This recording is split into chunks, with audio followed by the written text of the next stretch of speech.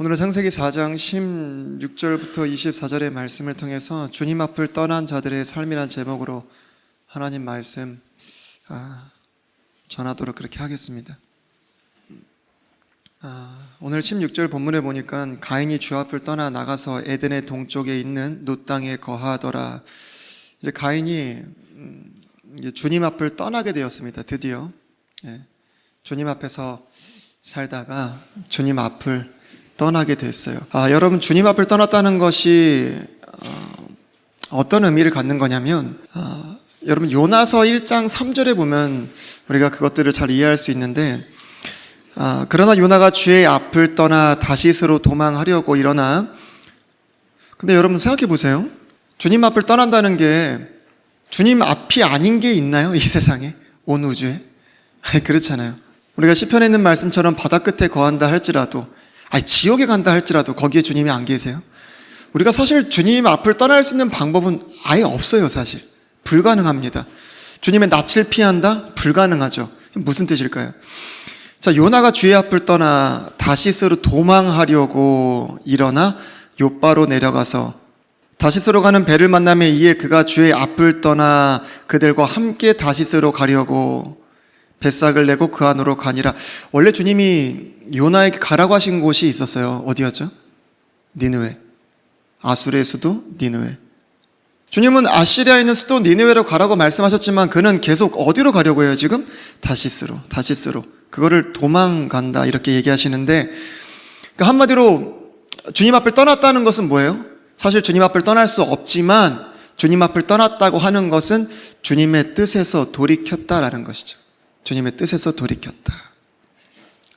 그 가인이 단순하게 이렇게 아담과 이브와 함께 이렇게 모여 살다가 어디를 갔다 그런 개념보다도 주님의 뜻을 떠난 삶을 살게 되었다.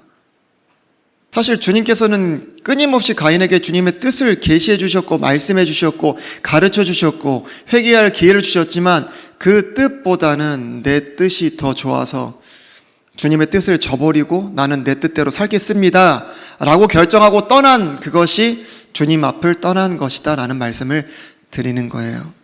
근데 사실 우리가 저번 시간에도 이제 가인에게 하나님께서 허락하신 이러한 심판들에 대해서 좀 살펴봤잖아요. 이젠 땅이 효력을 잃어서, 원래 이제 땅을 가는 자였는데 땅이 효력을 잃어서 아무것도 내지 않게 되는 거, 도망자와 방랑자가 되는 거. 근데 진짜 심판이 뭐라고 제가 말씀드렸죠? 진짜 심판은 우리가 지금 읽었잖아요. 16절. 주님 앞을 떠나게 된 거예요. 이게 가장 큰 심판입니다.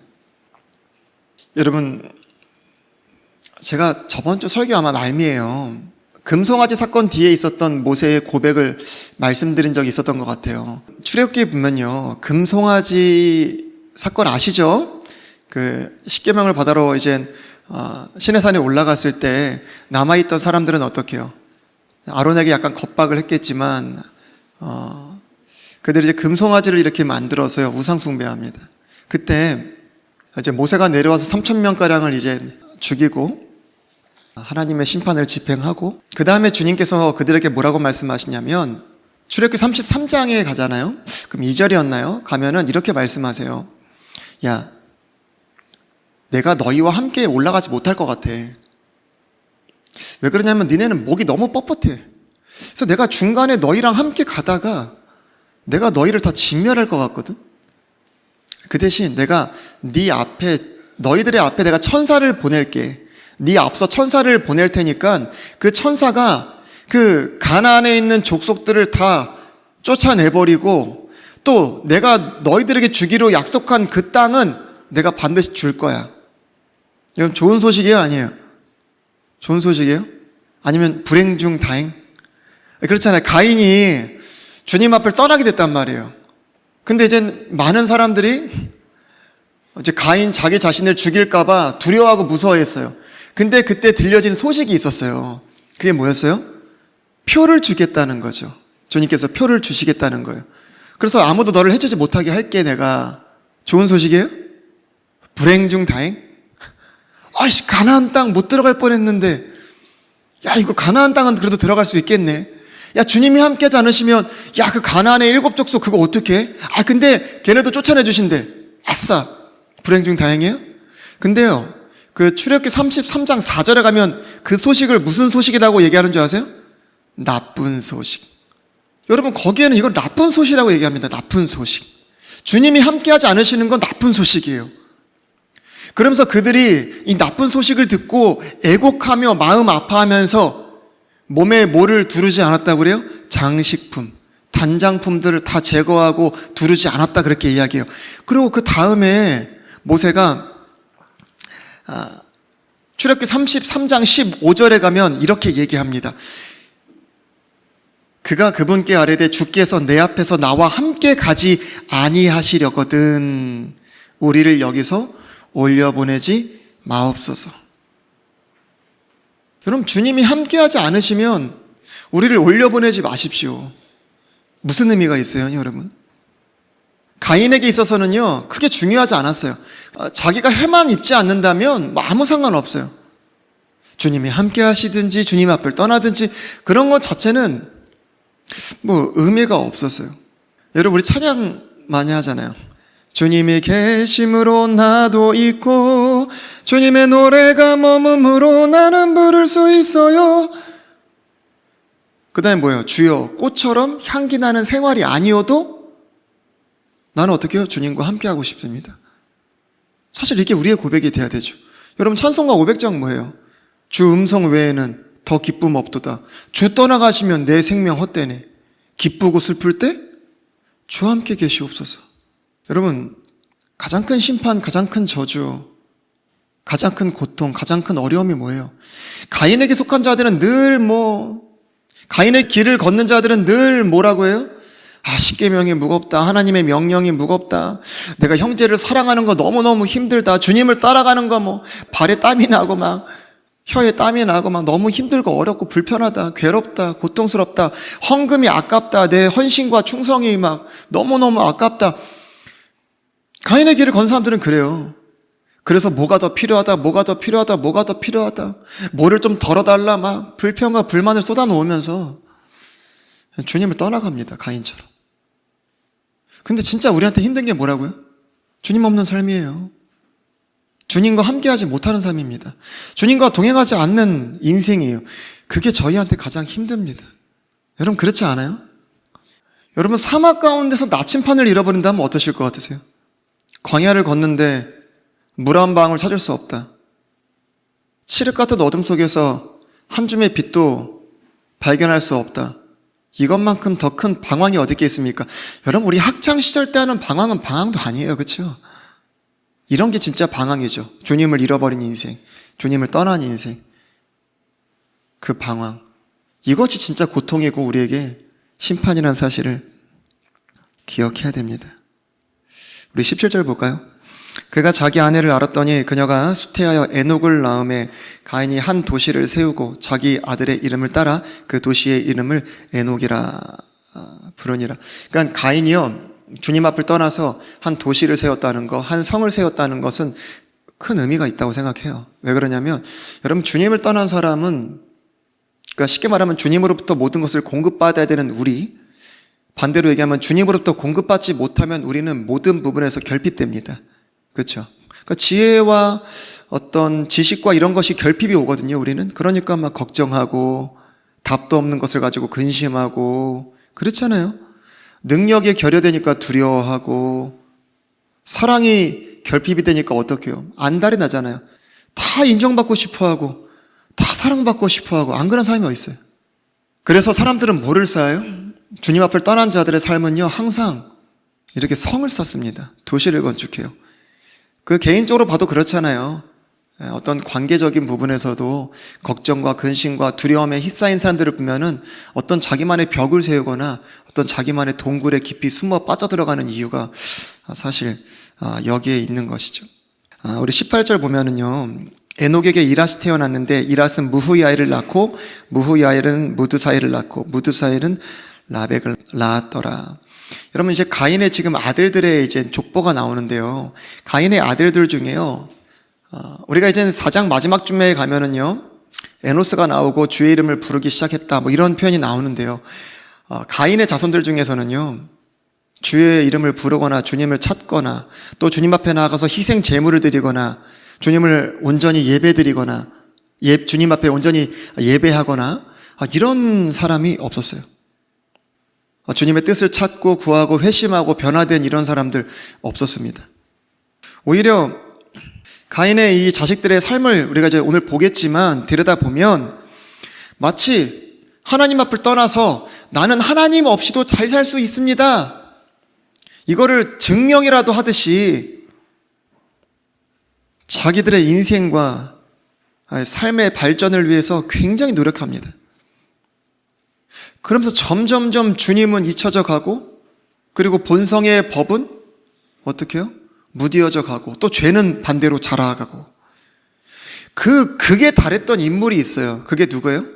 라멕이에요. 라멕. 여러분, 지금 가인의 자손들의 그 이름이 쭉 이렇게 나열되다가요, 어느 한 사람의 이름에 도달했을 때 딱 멈추면서 그 사람에 대해서 좀 자세하게 이렇게 이야기를 펼쳐 나가거든요. 성경에 보면은요, 그렇게 어떤 인물이 나열되다가요, 어떤 한 인물에서 멈춰서 조금 더 자세하게 이렇게 얘기를 하면 그건 중요한 부분이에요. 중요한 인물입니다. 그리고 그를 통해서 무언가를 주님이 말씀하시기를 원하시고, 그러니까 실제로 라멕 때에 가서, 이게 이제 가인의 5대손인데 라멕 때에 가서 이 모든 열매가 극에 달아요. 극에. 어떻게 보면은 참 어떠한 한 역사의 분기점을 만드는 그러한 시작이, 분기점을 만드는 사람이 바로 라멕입니다. 우리 19절 한번 보겠습니다. 자, 라멕이 두 아내를 취하였는데 하나의 이름은 아다요, 다른 하나의 이름은 실라더라. 여러분, 라멕은 최초로 일부 다처제를, 우리 성경에 기록된 것을 본다면 일부 다처제를 한 사람이에요. 최초로. 여러분, 주님께서는 무엇을 명하셨어요? 지금 몰몬교 같은 사람들은 일부 다처제를 하고 있는데, 여러분, 성경에서 보면은 일부 다처제에 좋은 예가 없습니다. 야곱을 봐도 그렇죠. 다윗을 봐도 그렇죠. 일부 다처제가 뭐가 좋겠어요? 한 사람도 감당이 안 되는데, 그렇죠?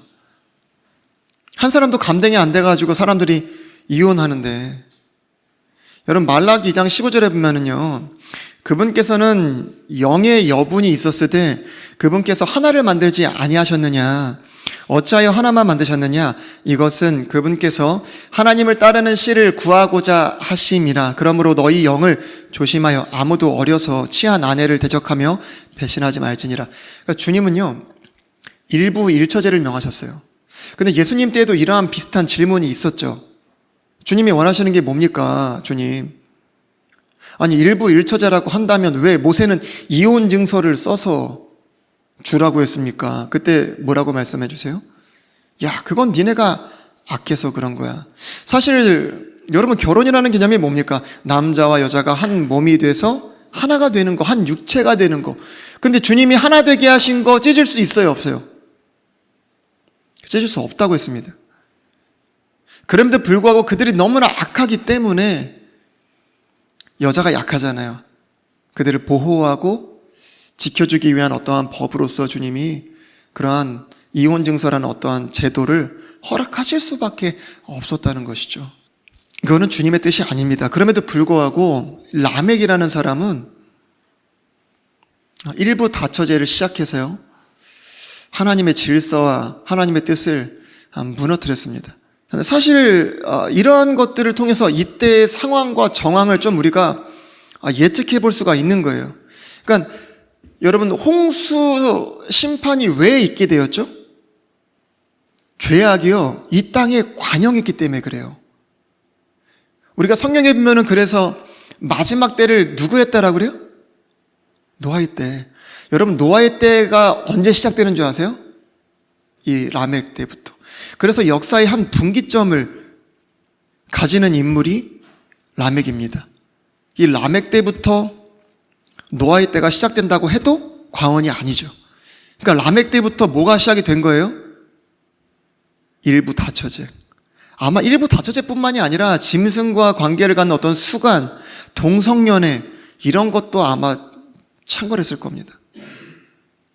근데 한편으로 생각해 보면요, 여러분, 우리가 노아 홍수 끝나고 나서 주님께서 제가 이제 한 성도님 집에 약간 신방을 갔다가 뭐 이런 비슷한 얘기가 나왔었어요. 뭐 홍수 이전에 고기를 먹었냐 안 먹었냐, 뭐 홍수 이후에 주님이 왜 고기를 먹게 하셨냐, 뭐 이런 등등 얘기를 좀 했었는데, 그래서 제가 한번 그게 다시 생각이 나면서 이때 상황과 정황을 이렇게 우리가 한번 예측을 해보면요, 일부 다처제와 하나님의 질서와 이런 뜻이 다 무너진 상황 가운데서 뭐 수간이나 동성애 이런 것들도 있었겠죠. 정말 얼마나 제가 과장했으면 주님께서 물러서 심판하셨겠어요. 여러분, 아브라함에게도 주님이 가나안 땅을 멸하라 말씀하실 때 아직 그것이 차지 않았다, 주님 이렇게 말씀하시거든요. 근데 가나안 땅의 죄악의 정도를 본다면 소돔과 고모라도 마찬가지 아니겠어요? 그렇죠? 우리가 그런 마지막 때 주님이 심판하시고 징계하시는 그런 때의 수준을 볼 때에 능히 그러한 죄악들이 있었다는 사실을 우리가 알 수 있습니다. 그러니까 그들의 결혼과는 이미 하나님의 뜻과는 무관하고 다 무너져 내렸단 말이에요. 그러면 식습과는 그러지 않았을까요? 분명히 주님은 노아 홍수 이후에 고기를 먹으라고 주님이 허락을 해주셨어요. 근데 여러분, 일부 다처제는 주님이 허락하셔서 하신 거 아니잖아요. 얘네가 이미 지네 마음대로 뜻대로 하나님의 뜻과 질서를 다 무시했단 말이에요. 그러면 얘네들이 고기를 먹었을까요? 안 먹었을까요? 전 먹었다고 생각해요. 볶아 먹고 튀겨 먹고 구워 먹고, 아마 주님이 미워하시는 거 아마 육회 먹었을 겁니다. 저도 지금 육회를 굉장히 좋아하지만 아마 필체 막 뜯어 먹었을 거예요. 씹어 먹고 아주 그냥.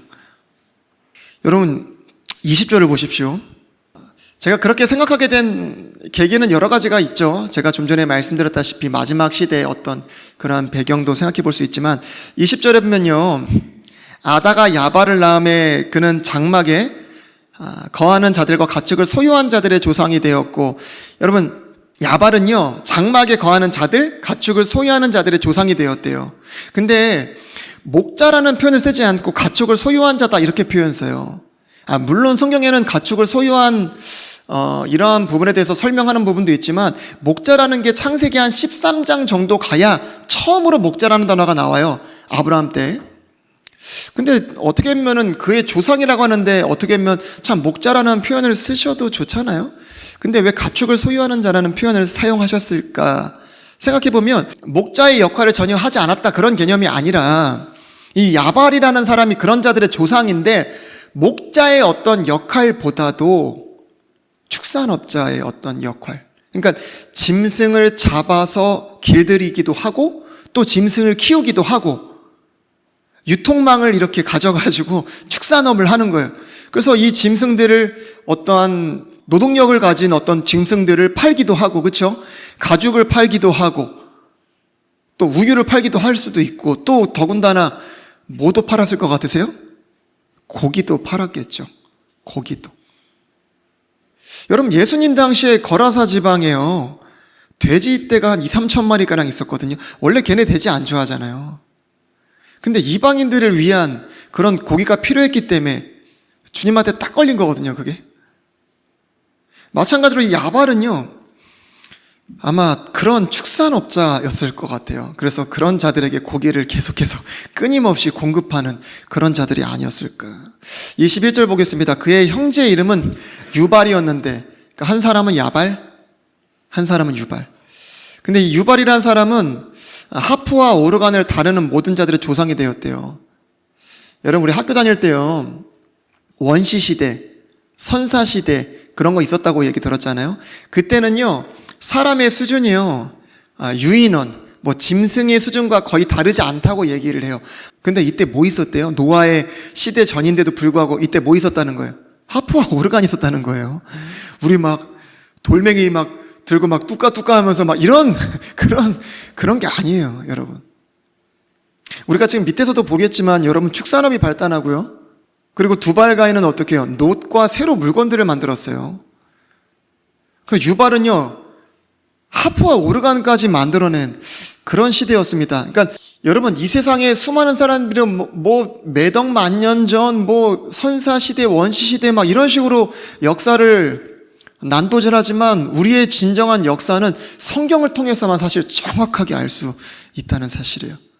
역사뿐만이겠어요, 여러분? 사람의 인생과 사람의 구조와 사람의 모든 것을 성경을 통하지 않고서 제대로 알 수 있는 길은 없습니다. 여러분, 유발은 음악의 아버지인데요. 원래 음악이라는 용도가 뭐예요? 하나님을 찬양하고 그분 앞에 예배하면서 그분 앞에 영광을 올려드리는 거. 이게 사실은 음악의 목적이죠. 존재 목적. 근데 이젠 유발은 음악을 어디다 썼다고요? 뭐 각종 종교 의식이나 아마 문화 예술 이런 거를 이렇게 주도하는데 아마 사용했을 겁니다. 그러니까 막 흥겨운 음악들을 만들어서 어떤 그런 리듬을 만들어내서 막 사람들을 막 기쁘게 하고 막 즐겁게 하고 행복하게 하고 막 그랬을 거예요. 그러면서 굉장히 유명해지고 마치 그 한 시대를 풍미했던 그 마이클 잭슨이나 뭐 남진, 조용필 막 그 이상으로 아마 한 시대를 아마 이렇게 주름 잡았을 겁니다. 그러니까 여러분, 사실 음악의 역할 굉장히 중요하잖아요. 우리 생활의 사실 일부잖아요. 여러분, 우리가 지금까지 봤던 유발하고 야발만 봐도 마찬가지예요. 그리고 라멕의 일부 다처제, 이거 사실 합쳐보면요, 지금 하나님을 떠난 가인 자손들의 이렇게 삶을 돌이켜봤을 때 그들은 축산업, 음악 이런 것들을 비롯한 어떤 문화를 막 발전시켜가지고 성공하고 또 유명해지니까 어떻게 해요? 또 어떤 명예나 어떤 물질적으로 굉장히 풍요로웠겠죠? 권력도 생겼을 거고. 근데 그러다 보니까 어떻게 해요? 자기가 원하는 대로 아마 아내들을 다 얻었을 겁니다. 그러면서 자랑하고 자기를 높이고 영광을 올려드리고, 물론 그곳에는 주님은 계시지 않았겠죠. 아마 주님의 필요조차 느끼지 못했을 거예요. 여러분, 그런 모습이요, 욥기서에 가면요 조금 잘 이렇게 나타나 있는 것 같아요. 욥기 21장 12절 15절에 가면 그들은 작은 북과 하프를 들고 오르간 소리에 기뻐하며 자기 날들을 풍요롭게 보내다가 한순간에 무덤으로 내려가느니라. 그러므로 그들이 하나님께 이르되 우리를 떠나소서. 우리는 주의 길들을 알기를 원치 아니하나이다. 전능자가 무엇이기에 우리가 그분을 섬기리이까? 우리가 그분께 기도한들 무슨 유익을 얻겠나이까 하는도다. 그러니까 사실 유발이 만든 어떤 음악의 역할, 음악의 기능, 이런 모든 것들도 어떻게 사용되었는지 능히 알 수 있고, 축산업과 음악적인 이런 문화적인 발전을 통해서 그들이 어떤 삶을 살았었는지를 우리가 능히 생각해 볼 수가 있는 부분입니다. 22절 보겠습니다. 이제 아다 말고 신라도 두발 가인을 낳았는데 그는 놋과 쇠로 된 것을 만드는 모든 장인을 가르치는 자요, 두발 가인의 누이는 나아마더라. 그러니까 두발 가인은 금속 재련의 대가예요. 금속 재련. 그러니까 놋과 여러분 쇠를 가지고 만들 수 있는 거 굉장히 많습니다. 이때 당시에는 대부분 다 땅을 가는 사람들이잖아요. 농기구, 요리도구. 그리고 소가 있어도요, 제대로 된 기구가 없으면 땅을 간다는 게 뭘로 갈 거예요, 그렇죠? 농기구들. 그리고 사실 소가 있어도 맨날 소를 타고 다닐 수는 없잖아요. 거기다 마차 같은 거 하나 이렇게 뒤에 만들어주면 얼마나 더 많은 사람이 탈 수 있어요. 운송도구 같은 거. 그리고 우리가 잘 알고 있다시피 여러분, 대지 사명제도요, 집으로 짓냐, 나무로 짓냐, 돌멩이로 짓냐, 여러분 쇠로 지으면 끝장납니다. 건축 재료들, 건축 도구들. 여러분, 어느 시대나요, 이 철을 다룰 수 있는 사람이 최고의 힘을 갖습니다. 여러분, 딱 불내서 타면 뭐예요? 철병거 끝나는 거예요. 여러분, 이거 우리가 학생 때요, 역사를 배우면 너무 잘 알잖아요. 철을 다루는 민족이 어떻게 해요? 끝나는 겁니다. 옛날 때 그 송일국 씨가 나왔던 그 주몽이었나요? 그 이계인 씨가 허허허 하면서 그 철 다루면 게임 끝나는 거예요, 여러분. 근데 이때 당시에 누가 철을 다뤘다고요? 라멕의 아들인 이 두발 가인이요, 철을 다뤘다는 거예요. 이 말은요, 굉장한 거예요, 여러분. 농기구, 뭐 건축재료 이런 것뿐만이 아니라 전쟁 도구를 만들어낼 수 있었다는 거예요. 여러분, 누구든지 정복하고요, 누구든지 물리칠 수 있는 힘이 누구에게 있었다? 가인의 자손에게 있었다는 거예요. 그러니까 라멕은 자기 아들들을 통해서 주변을 압도할 수 있는 어떤 군사력, 경제력, 어떤 문화력, 이런 모든 것들을 다 가지고 있었던 겁니다. 여러분, 23절 보세요. 라멕이 자기 아내들에게 이르되 아다와 실라여 내 음성을 들으라. 라멕의 아내들이여, 너희는 내 말에 귀를 기울이라. 내가 내게 상처 입힌 남자를 죽였고 나를 다치게 한 청년을 죽였느니라. 참 이러한 힘과 능력을 가진 사람이라면 누군가를 돕고 섬기고 세우고 주님의 나라를 이렇게 세워나가는 일에 쓰임받았다면 얼마나 좋겠어요. 근데 대부분 이런 힘을 가졌을 때 그렇게 하지 못합니다. 근데 주님 안에 있는 자들도요, 이런 힘을 가질 때 많은 경우 타락하고 실족하고 넘어지는 경우가 허다하죠, 사실. 하나님을 떠난 사람들이야 어떠한 열매를 맺을지 그거는 보나마나죠. 그러니까 라멕은요, 어떻게 했어요? 스스로 자화자찬하면서 이 강력한 힘을 가지고 자기들에게 도전하는 자들을 가만두지 않았어요. 누구든지 라멕에게 도전하면 다 죽여버렸습니다. 이거는 단순한 어떤 싸움이 아니에요. 지금 이 청년을 죽인 거는 어떠한 실수가 아닙니다. 이거는 절대적인 힘을 앞세운, 권력을 앞세운 전쟁이나 싸움을 얘기하는 거예요. 그러니까 아무래도 그 라멕은 이러한 절대적인 힘과 권력을 앞세운 어떤 왕권 같은 거를 소유한 것 같아요. 여러분 24절 보잖아요. 여러분 대부분 이렇게 역사에 황제들을 보잖아요. 황제들. 그러면 걔네가 강력한 힘만을 가진 게 아니에요. 또 그 힘을 유지하기 위해서 여기에 무엇을 부여해요? 종교적인 힘, 신성한 힘을 부여한단 말이에요. 그래서 항상 황제들 옆에는 뭐가 있어요?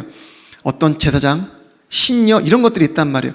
왜냐하면 그래서 천자라고 하잖아요. 천자. 하늘이 정해주었다. 하늘의 음성이다. 그러니까 왕의 명령이 단순한 사람의 말이 아니라 하늘에서 내려진 명령이다. 뜻이다. 이런 것들을 부여한단 말이에요. 그래야만 또 자기들이 하는 모든 것들을 악행이든 살인이든 도둑질이든 뭐 음란이든 뭐든지 간에 그런 게 합리화가 될 수 있는 거거든요. 근데 24절에 보니까 라멕이 뭐라고 얘기해요? 가인을 위해 7배로 복수할진대. 이거 누가 한 말이에요? 주님께서 가인에게 하신 말씀이시잖아요.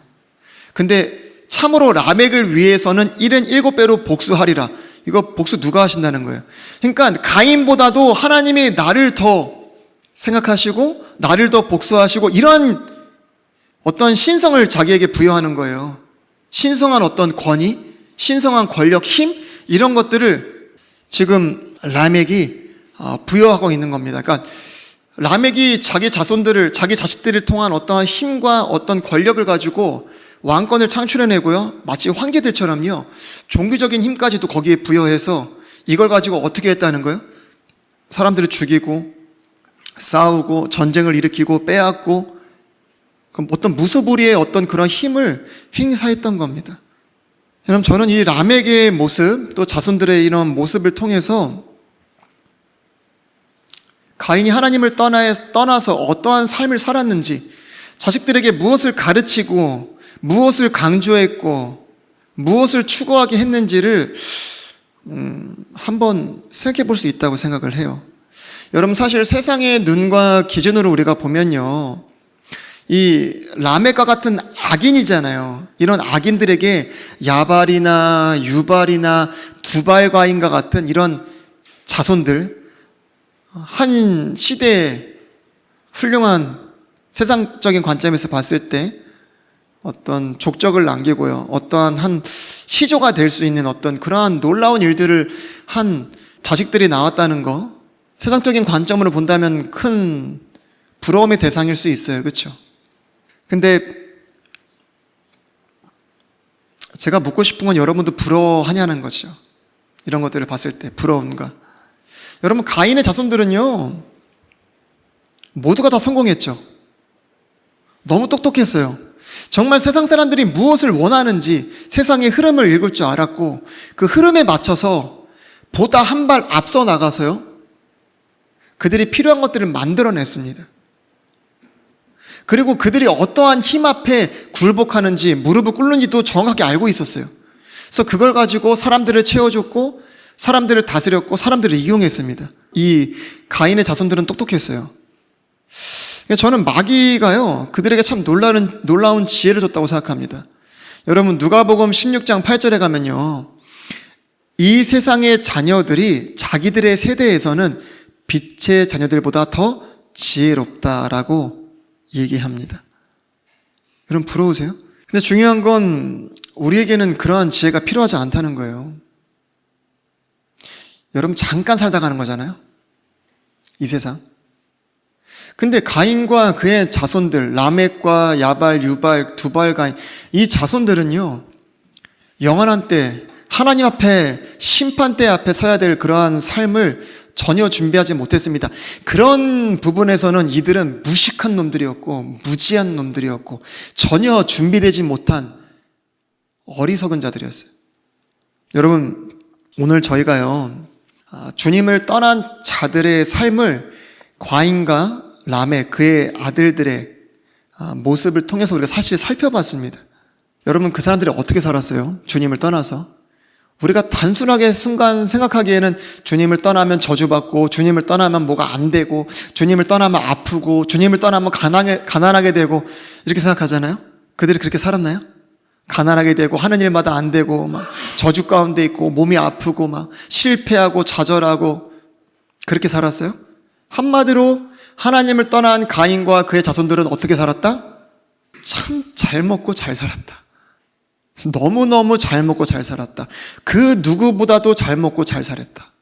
여러분, 이 땅에 많은 사람들이요, 이 악한 자들, 죄인들이 잘 먹고 잘 사는, 이 땅에서 잘 먹고 잘 사는 거 보면서 하나님의 존재에 대한 의심, 하나님의 공의, 하나님의 심판에 대해서 불신하고 의심합니다. 불의한 자가 왜 형통하냐? 반대로 의인들은 왜 고난을 많이 받냐? 대표적으로 누구예요? 시편 몇 편? 73편. 아삽이라는 사람이 그런 고백을, 사실 어떻게 보면 모두의 고백이죠. 모두의 의심이기도 하고. 여러분, 시편 73편 3절 9절에 보면요, 조금 길지만 제가 잠깐 읽을게요. 이는 내가 사악한 자들의 번영을 보고 어리석은 자들을 부러워하였기 때문이로다. 그들은 죽을 때에도 조이는 끈이 없고 오히려 힘이 강건하며 다른 사람들같이 고난 중에 있지도 아니하고 다른 사람들같이 재앙을 당하지도 아니하나니 그러므로 교만이 사슬처럼 그들을 두르고 폭력이 옷처럼 그들을 감싸는도다. 그들의 눈은 기름져서 솟아오르고 그들이 가진 것은 마음이 원하는 것보다 더 많으며 그들은 부패한 자로서 확대하는 것에 관하여 악하게 말하고 거만하게 말하며 그들의 입은 하늘들을 대적하며 놓여있고 그들의 혀는 땅을 활보하는도다. 여러분, 그러나 이 아삽이라는 사람이요, 우리가 지금 읽지는 않았지만 주의 성소에 들어갔을 때 이러한 모든 이 퀘스천 마크에 답이 달렸어요. 그것이 무엇이었어요? 그들의 결국은 무엇이었다? 멸망이었습니다. 하박국도 마찬가지죠. 바벨론을 들어서 우리를 치신다? 이해할 수 없었지만 그들의 결국은 멸망이었습니다. 그래서 무화과 나뭇잎이 마르고라는 찬양이, 그러한 고백이 나올 수가 있었던 거죠. 여러분, 사실 우리가 가인의 길을 걷는 수많은 사람들의 이렇게 모습을 보잖아요. 엄청 잘 먹고 잘 살아요. 마치 그들의 삶이 무엇을 증명하려고 하는 듯해요. 무엇을 증명하려고 해요? 하나님의 뜻을 떠난 자들의 삶, 하나님을 떠난 자들의 삶이 무엇을 증명하려고 해요? 무엇입니까? 마치 바벨탑을 짓는 것과 같은. 가인이 주님 앞을 떠나서 성을 짓고 도시를 지었거든요. 후에는요, 더 강력하게 지어요. 그게 바벨탑이었잖아요. 바벨탑 왜 지었죠? 물로 한번 심판해봐요. 뭐 주님 뜻대로 살라고요? 아니요. 우리가 진짜 멋진 한번 바벨탑을 지을 거거든요. 물로 한번 심판해 보세요. 우리는 이제 우리의 이름을 낼 겁니다. 우리 이제 흩어질 일 없어요. 심판 당할 일 없어요. 무엇이라도 증명하려고 하는 듯이. 여러분, 가인의 자손들을 통해서 뭘 볼 수 있어요? 하나님 떠나왔는데 하나님 도움 필요 없어요. 땅을 갈지 못하면 내가 죽을까 봐? 내가 땅을 갈지 못하면, 땅이 효력을 내지 못하면 내가 뭐 굶어 죽을 줄 알았어요? 아유, 천만의 말씀. 더 잘 먹고 잘 사는데요? 내가요, 옛날에 우리 아버지 아담 밑에 있을 때보다 내가 더 좋아요, 지금. 더 재밌고, 더 좋고, 더 재밌고, 더 신나고, 막, 더 풍요롭고, 하는 것마다 막 다 잘 되고, 그냥. 주님 필요 없어요. 마치 이것을 증명하려듯이 그렇게 정말 잘 살았습니다. 여러분, 부러우세요? 아니면 불쌍하세요? 여러분, 우리 주님이 뭐라고 하시는 줄 아세요? 부러워하지 말아라 그래요. 이거 사실 뒤집어서 생각해 보면은 많은 사람들이 뭐 한다는 얘기예요? 부러워한다는 얘기예요. 그러니까 주님이 부러워하지 말라 말씀하시겠죠? 여러분 시편 37편 1절에 보니까 너는 악을 행하는 자들로 인하여 초조해하지 말며 불법을 행하는 자들을 부러워하지 말라. 잠언 24장 1절에도요. 너는 악한 자들을 보고 부러워하지 말며 그들과 함께 하기를 바라지도 말라. 여러분 우리가 세상 사람들을 봤을 때 진짜 부러워할 만한 요소가 있는데도 불구하고 주님이 야 부러워하지 말라 이런 게 아니잖아요. 이런 게 무슨 교육이에요? 북한식 교육. 아니 누가 봐도 남한을 보면 부러워할 만한 요소가 가득하잖아요. 그런데도 불구하고 북한은 야 부러워하지 말라 동무요. 저거는 진짜 행복한 게 아니다. 부러워하지 말아라. 주님께서 지금 부러워하지 말라고 하시는 게 어떤 북한식 교육, 자기들만의 어떤 정신 승리, 가스라이팅 이런 거 아니거든요. 여러분 나 가진 재물 없으나라는 찬양 아시죠? 나 가진 재물 없으나 공평하신. 여러분 정말 하나님 공평하시다고 생각하세요? 저는 그 찬양 부를 때마다 많은 사람들이 자기를 위한 정신 승리의 곡이다. 사실은 내가 세상 사람들이 너무 부러워. 너무너무 부러워. 내 삶을 보면은 주님이 뭔가 공평하지 않으신 것 같고 막 불평과 불만이 쏟아나와요. 그런데도 그래도 나는 구원받았지, 나는 지옥 안 가지, 막 스스로 정신 승리를 위해서 막 불경 외우듯이 공평하신 부르는 것 같아요. 그러니까 실제가 없어. 내가 저 사람을 부러운 게 아니라 불쌍히 여겨지는 내 실제. 저 사람이 가진 것보다 내가 가진 게 훨씬 더 크고 비교할 수 없는 가치가 있다는 그 실제가 없는데도 정신 승리로 부르는 찬양이 혹시 나 가진 재물은 아닌가? 여러분 우리는 부러워하지 않아야 할 분명한 이유가 있습니까 없습니까? 여러분 우리 분명한 이유가 있잖아요. 여러분 제가 수요일 날이요. 우리 지금 성막하고 있잖아요. 성막에서 제가 등잔대 할 때 말씀드린 적이 있었어요. 등잔대가 의미하고 있는 것이 여러 가지가 있죠. 성령님의 조명과 일하심. 그리고 여러분 사실 우리가 성경에서요 빛이다라고 할 때 등불이라고 말씀할 때요 우리 말씀을 얘기하기도 하지만 우리 주님을 얘기하기도 하죠. 사실 주님과 말씀은 같은 거니까요. 여러분 주님을 떠난 자들의 삶이 어떠하죠? 한마디로 빛을 잃어버린, 말씀을 잃어버린, 한마디로 어둠 가운데 있는 거거든요. 여러분 제가 그 전도서 5장 15절 17절을 찾아서 같이 읽었었잖아요. 그가 자기 어머니 태에서 나왔은즉 온 그대로 벌거벗은 채 돌아가고 자기의 수고한 것 중에 아무것도 손에 들고 가지 못하리니 이것도 큰 악이라. 모든 면에서 그가 온 그대로 가리니 바람을 얻으려고 수고한 자에게 무슨 유익이 있으리요. 또한 그는 평생토록 어둠 속에서 먹으며 질병과 함께 많은 슬픔과 진노가 그에게 있느니라. 여러분 주님을 떠난 자들은요 부러운 게 아니에요. 잘 먹고 잘 살아도 불쌍한 겁니다. 왜냐하면요 어둠 속에 있거든요. 여러분 어둠 속에서 내가 상처를 입어요. 어디가 아픈 줄 알아요? 어디를 다친 줄 알아요?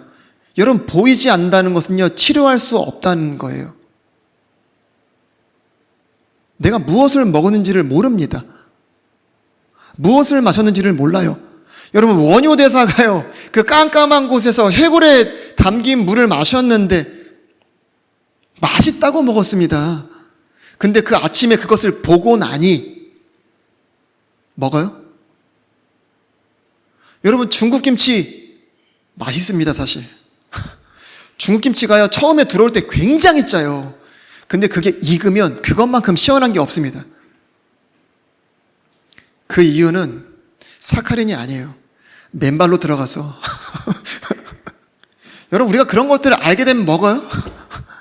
그전에는 맛있게 먹었는데 그런 것들을 알게 되면, 보게 되면이라고 표현할게요. 보게 되면 못 먹습니다. 보지 않고 먹기 때문에 그래요. 근데 우리는 걔네들이 뭘 먹고 있는지 알고 있거든요. 원효대사의 해골 물을 먹고 있고 이빨로 깐 거를 먹고 있고 발로 오줌 싸고 이런 거 먹고 있는 거 알고 있거든요. 요즘 뭐 중국에서 나오는 그런 맥주들 뭐 오줌 넣고 뭐 그런다면서요. 우리는 다 알고 있단 말이에요. 그러면서 걔네들이 막 맛있다 좋다 할 때 표정이 찡그러지죠. 그래야 정상이에요. 여러분, 그들이 덮고 있는 이불이 뭐예요? 파라오가 여러분 개구리 재앙을 받았을 때에 이거 언제 없애줄까요? 모세가 물으니까 뭐라고 했다고요? 내일. 그러니까 오늘 밤은 하루만 더 개구리 이불 덮고 자고 싶어.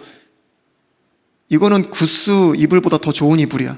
하지만 우리 표정은 찡그러지잖아요. 그렇죠?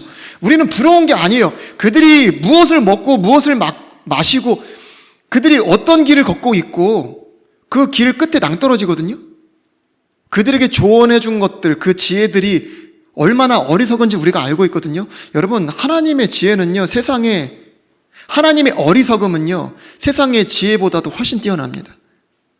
우린 이것들을 알고 있단 말이에요. 그렇기 때문에 그들이 부러운 것이 아니라 불쌍한 것이죠. 여러분, 주님 앞을 떠났다는 거, 빛이 없다는 거, 말씀이 없다는 거, 아무것도 보지 못한 가운데서 그들이 무엇을 먹고 마시는지, 무엇을 행하는지, 어떤 길 위에 있는지, 이 얘기가 어떠한 결론을 내는지조차 못한 채 그들은 살아가고 있어요. 그들도 전혀 모르진 않을 거예요. 그러니까 끊임없이 자기의 삶에 여러 가지 의미들을 계속 부여합니다. 그러나 마지막에 그 어떤 것도 그들의 삶에 의미가 없었다는 것을 주님이 명하실 거예요. 불쌍하죠? 사실 그들은 주님께서 가르쳐 주시기 전에 아마 죽음 앞에 섰을 때 아무것도 자기의 손에 쥔 것이 없다는 것, 아무것도 붙잡을 수 없었다는 것을 죽음 앞에서 사실 깨닫게 되시죠. 근데 우리는 오히려 죽음 앞에 섰을 때 너무나 분명하게 내가 잡고 있는 것으로 인해서 죽음조차 때로는 두려워하지 않고 죽음 가운데서 또 소망을 가질 수 있는 것이 우리 손에 있다는 것. 왜냐하면 우리는 분명히 보고 먹고 마시고 지었고 들었기 때문에 그렇죠. 여러분, 부러워하지 마십시오. 그럼에도 불구하고 우리가 때때로 그런 것들을 부러워할 때가 찾아온다는 게 문제입니다, 여러분. 오늘 말씀을 제가 이렇게 준비하면서도요, 주님께서 우리 마음에 그러한 어리석은 생각이 들 때마다, 그런 마음이 들 때마다 이 말씀을 통해서 가르쳐 주시고 생각나게 해주시고 채찍질 해주시기를 간절히 소망합니다.